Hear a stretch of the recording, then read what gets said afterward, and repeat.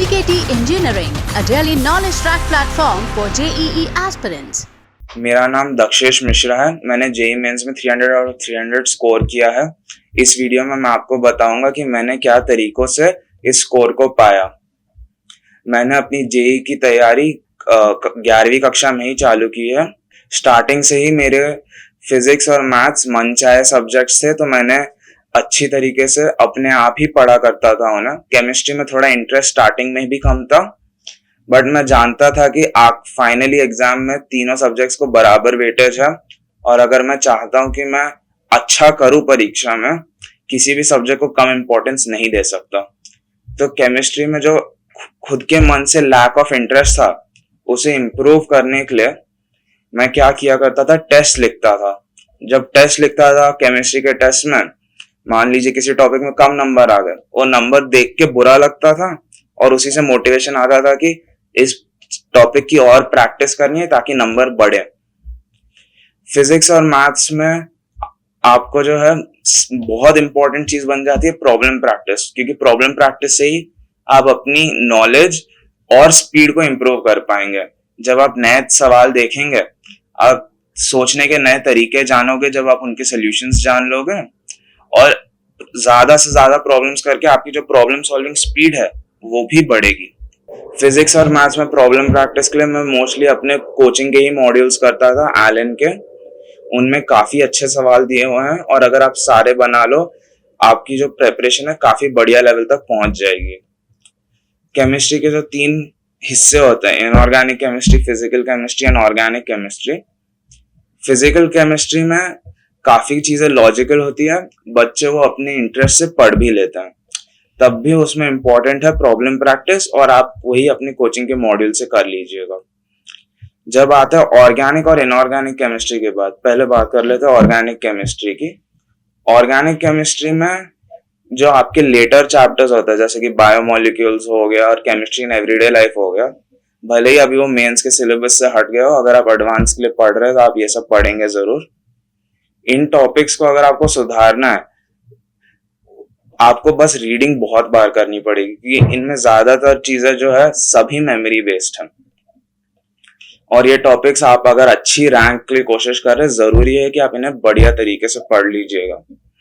और जो स्टार्टिंग के टॉपिक्स होगा आपके, जो ketones, aldehydes, carboxylic acids, amines, phenols, alcohol ethers, इनके जो मेजर फाउंडेशनल चैप्टर्स होते हैं, जो आपका substitution, elimination reactions, electrophilic aromatic substitutions, aromatic nucleophilic substitutions, और ऐसे जो बेसिक मैकेनिज्म्स होता है, अगर आप इन्हें बहुत बढ़िया से पढ़ लीजिएगा, तो इन सब चैप्टर्स में जो रिएक्शन आने वाले हैं वो आपके देखे हुए होंगे और आप बहुत आसानी से समझ जाओगे। जब बात आती है इनऑर्गेनिक केमिस्ट्री की, जो आपके इनिशियल चैप्टर्स होते हैं, पीरियोडिक टेबल और केमिकल बॉन्डिंग। पीरियोडिक टेबल में जो आपके पीरियड वाइज और ग्रुप वाइज ट्रेंड्स हैं, उन्हें समझने से काफी फायदा होता है, क्योंकि उससे आपके जो फाउंडेशनल कॉन्सेप्ट्स हैं इनऑर्गेनिक केमिस्ट्री के बैठ जाते हैं। और केमिकल बॉन्डिंग में जो ट्रेंड्स हैं कि कोवेलेंट कैरेक्टर के, आयनिक कैरेक्टर के, कंपाउंड्स में सॉल्युबिलिटी के, थर्मल स्टेबिलिटी का, इन सबको भी अगर आप अच्छे से समझ लीजिएगा, जो आगे आने वाले चैप्टर्स है इनऑर्गेनिक केमिस्ट्री में, जैसे कि ब्लॉक केमिस्ट्री में आपका एस ब्लॉक हो गया, पी ब्लॉक हो गया, डी ब्लॉक, एफ ब्लॉक, इनमें जो रिएक्शंस है उनका शायद आप सारे ना समझ पाओ, क्योंकि कुछ होते हैं जो आपको रटने पड़ेंगे, बट ज्यादातर रिएक्शंस के आप समझ पाओगे, और आप जो इलेक्ट्रोकेमिकल सीरीज है उसे समझ पाओगे, डिस्प्लेसमेंट रिएक्शंस कैसे हो रहा है, और ऐसे इनऑर्गेनिक केमिस्ट्री के बाकी कॉन्सेप्ट्स भी आप सीख जाएंगे। फिजिकल केमिस्ट्री में तो कुछ चैप्टर्स लोगों को मुश्किल लगते हैं, जैसे थर्मोडायनामिक्स और इलेक्ट्रोकेमिस्ट्री। इन सब में एक बार आप जो अच्छी से रीडिंग ले लीजिए एनसीईआरटी की, उसके बाद अगर आपको और भी प्रोफिशिएंट बनना है इनमें, एक ही तरीका है, वो है प्रॉब्लम प्रैक्टिस। अभी जब आती है बात फिजिक्स की, फिजिक्स में प्रॉब्लम प्रैक्टिस के बारे में तो बात कर ही चुका हूं, बट एक और चीज जो काफी इंपॉर्टेंट है एक अच्छा स्कोर लाने के लिए, और आपके जो खुद के फिजिक्स के कंसेप्ट्स है उन्हें मजबूत बनाने के लिए, कि आप कॉन्स्टेंटली रीडिंग करते रहिएगा किसी टेक्स्ट बुक के। इससे एक तो आपके जो मेन कंसेप्ट्स है फिजिक्स के, वो काफी स्ट्रांग बन जाएंगे, और आपको जो कंसेप्चुअल क्लैरिटी आएगी उस आपको आपकी प्रॉब्लम सॉल्विंग में भी बहुत मदद मिलेगी। क्योंकि जब आप एक नया सवाल देखोगे, आप ये नहीं सोच रहे होगे कि क्या मैं जो सोचा वो सही है। आपके दिमाग में वो है कॉन्फिडेंस कि हाँ मैंने ये चीज पढ़ी थी, ये सही है, और मैं जो कर रहा हूँ वो भी सही है, मेरा जो आंसर आया है सही है।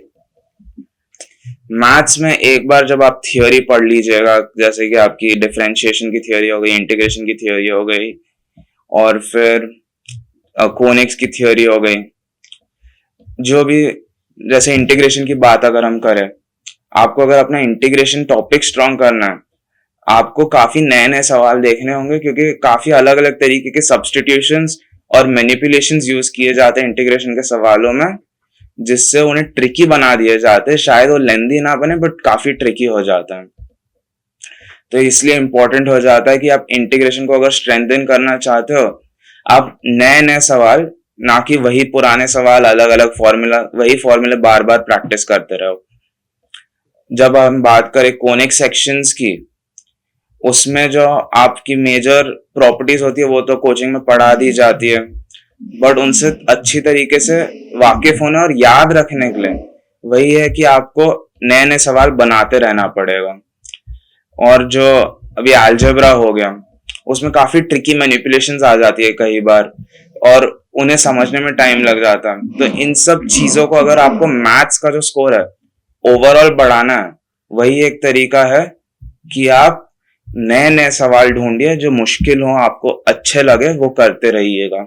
उससे आपका मैथ्स जो है काफी स्ट्रांग बन जाएगा। इस प्रकार से आप तीनों सब्जेक्ट को अच्छी तरीके से सुधार सकते हैं। अभी जब बात आती है टेस्ट में बढ़िया नंबर लाने की, उसका एक ही तरीका है कि आप मॉक प्रैक्टिस करते रहिएगा जो टाइम कंस्ट्रेंट हो। उसी से आपकी प्रॉब्लम सॉल्विंग की स्पीड आएगी और आप समझेंगे कि आप कहाँ गलतियां कर रहे हो। अभी जो काफी कॉमन मिस्टेक है कि बच्चों को लगता है, बच्चे क्या करते हैं, सवाल में शायद इनकरेक्ट स्टेटमेंट्स पूछे गए, आप करेक्ट स्टेटमेंट्स मार देंगे, ट्रू पूछे आप फॉल्स मार देंगे। इस सब को अवॉइड करने के लिए कोशिश कीजिएगा कि आप सवाल एकदम धीरे से पढ़िए, जो सवाल का लैंग्वेज है उसे जस्टिस कीजिए, उसे टाइम दीजिए उसे समझने में, और आंसर मार्क करने से पहले भी आप एक बार देख लीजिए जो पूछा आप वही मार्क कर रहे हो कि नहीं। इस तरीके से जो कुछ सिली एरर्स है वो अवॉइड की जा सकती है। फिर जो एक और कॉमन मिस्टेक होती है कि बच्चे कैलकुलेशन में एरर्स कर देते हैं। जैसे कि अब आप लिख रहे हो और फिर एक फैक्टर कहीं छूट जाता है, भले ही आपका दिमाग में आइडिया सही है और मेथड भी सही है, बट आपको वो जो नंबर है वो नहीं मिल पाएंगे, क्योंकि आपने एक, मान लीजिए 3 का फैक्टर है, 4 का फैक्टर है, कहीं छोड़ दिया, तो उसकी वजह से आपका आंसर गलत हो गया। उससे अगर आप इस गलती को हटाना चाहते हो, आपको कोशिश करना चाहिए कि जो आप अपना रफ वर्क कर रहे हैं, दूसरे लाइन लिख रहे हो, उससे उसी टाइम पे देख लेना पिछले लाइन पे जो लिखा है उसका हर एक टर्म या जो भी लिखा है वो कैरी फॉरवर्ड हो रहा है। इससे कोई लॉस ऑफ इंफॉर्मेशन नहीं होगा आपके रफ वर्क के वक्त, और आपका आंसर हमेशा सही ही आएगा। फिर एक और जो तकलीफ होती है कुछ बच्चों को, वो होती है टाइम मैनेजमेंट की, कि वो जो 3 घंटे का टाइम है पेपर में, उसमें वो सारे सवाल सही से देख पढ़ नहीं पाते या अटेम्प्ट नहीं कर पाते, उन्हें शायद कैलकुलेशन का टाइम नहीं मिलता। मैं अपना पेपर टाइम मैनेज करने के लिए क्या किया करता था, पूरे पेपर में जो भी सवाल मुझे अच्छे, मतलब 1-1.5 मिनट में मुझसे बन जाए, फट से बन जाए, मैं वो पहले राउंड में अटेम्प्ट कर लेता था। और जो क्वेश्चन मुझे देखते ही समझ रहा है कि हाँ ये थोड़ा लेंदी है, मैं उन्हें बाद के लिए छोड़ देता था। कि जब मेरे पास मुझे पता है कि मेरा पूरा पेपर का पहला राउंड करना ही है, उसके बाद जो बचेंगे 20-30% सवाल, वो मैं जो मुझे ट्रिकी लग रहे हो या थोड़े मुश्किल या लेंदी लग रहे हो, उन्हें तब कर लूंगा। मेरा पेपर अटेम्प्ट करते वक्त मैं कोशिश करता हूँ कि मैं केमिस्ट्री पहले बनाऊं, फिर मैथ्स, फिर फिजिक्स। केमिस्ट्री के जो 2 पोर्शंस हो गए, इनऑर्गेनिक और ऑर्गेनिक, उनमें कैलकुलेटिव हिस्सा कम होता है, तो आप उन्हें फट से ही बना सकते हो अगर आपको रिएक्शन सही से याद हो। तो मैं कोशिश करता था कि पेपर के 35 से 40 मिनट में मैं अपनी केमिस्ट्री सॉल्व कर लूं, और फिर जो बाकी टाइम है मैं मैथ्स को देता था अगर कभी पेपर लेंदी आ जाए तो। मैथ्स फिर बनाता था अपने पहले राउंड के बाद। फिर फिजिक्स, मेरी फिजिक्स काफी अच्छी थी तो मैं स्पीड से सॉल्व कर पाता था, फिजिक्स खत्म हो जाने के बाद मेरे पास मैथ्स के लिए काफी टाइम बचता था। अगर आप एक अच्छा स्कोर टारगेट कर रहे हो मेंस में या एडवांस में, आपको कोशिश करनी चाहिए जो आपके पेपर के 3 घंटे हैं उससे 15-20 मिनट पहले ही खत्म हो जाए आपका पेपर, ताकि आपको मौका मिले जो आपको लग रहा हो शायद मैंने यहाँ कहीं गलती की हो या मेरे को शायद ये चीज ढंग से याद नहीं थी, उनके बारे में, उन टॉपिक्स के बारे में सोचने को आपको पूरा मौका मिलेगा। और अगर आप सोचेंगे शायद आपको सही आंसर भी मिल जाए। इस प्रकार आप अपने पेपर में आने वाले स्कोर को काफी इम्प्रोवाइज कर सकते हो। मैंने अभी तो बात कर दी कि आप तीनों सब्जेक्ट में स्कोर्स कैसे इंप्रूव कर सकते हो और पेपर टाइम मैनेज कैसा करना चाहिए। इसके बाद जो एक तकलीफ होती है कि on the day of the final exam आपको थोड़ी नर्वसनेस होगी कि क्योंकि आप शायद 2 साल 3 साल उसी एग्जाम के लिए पढ़ रहे हो और उस एक दिन को अगर आपने बुरा कर दिया तो शायद आपका जो 2 साल से आप मेहनत कर रहे हो उसका जो आपको आउटपुट मिलना चाहिए वो ना मिल पाए। तो जो मेरा कहना है कि अगर आपको जो ये नर्वसनेस वाली प्रॉब्लम है उसके साथ डील करने के लिए आपको क्या करना चाहिए, अलग अलग डिफिकल्टीज के मॉक पेपर्स देने चाहिए। आसान पेपर भी देने चाहिए और मुश्किल पेपर भी देने चाहिए, क्योंकि आखिरी में पेपर से पहले किसी को नहीं पता कि पेपर कितना मुश्किल आने वाला है। हो सकता है पेपर काफी आसान आ जाए, हो सकता है पेपर मुश्किल ही आ जाए। तो अगर आप हर प्रकार का पेपर प्रैक्टिस करेंगे तो आपको आइडिया रहेगा कोई भी पेपर आ जाए मुझे इस तरीके से अटेम्प्ट करना है ताकि मैं जितने नंबर का पढ़ के गया था, भले ही मेरी मेहनत इतनी हो कि हाँ मुझे ज्यादा से ज्यादा 270 नंबर आते हैं, पूरे 270 नंबर उस पेपर के आ जाएंगे। इस प्रकार से अगर आप सच्चाई के साथ मेहनत करते रहे अपने लक्ष्य की तरफ, आप जरूर उसे पाएंगे। और अगर आपका जो भी जेईई मेंस का सेकंड सेशन है या जेईई एडवांस हो उसमें भी काफी अच्छा करेंगे। All the best.